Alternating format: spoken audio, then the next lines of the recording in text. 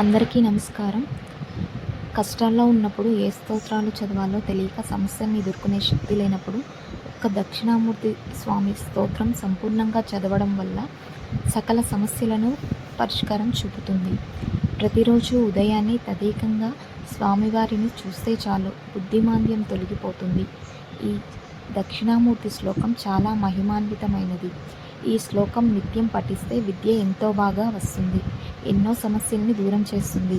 కేవలం విద్య మాత్రమే కాదు, విద్యార్థులకు విద్యని, సాధకులకు జ్ఞానాన్ని, అటు పిమ్మట సిద్ధస్థితిని కూడా ఇవ్వగలిగే మహిమాన్వితమైన స్తోత్రం ఈ శ్రీ మేధో దక్షిణామూర్తి స్తోత్రం.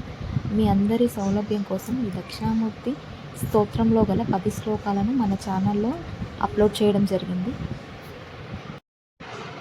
కావున అందరూ ఆ శ్లోకాన్ని మనస్ఫూర్తిగా వింటూ, ఆ శ్లోకం యొక్క భావాన్ని మనసులో స్మరించుకుంటూ, ఆ దక్షిణామూర్తిని మనసులో మనస్ఫూర్తిగా కొలువై ఉంచుకోవడం వల్ల మన సమస్యలు తొందరగా నెరవేరుతాయి.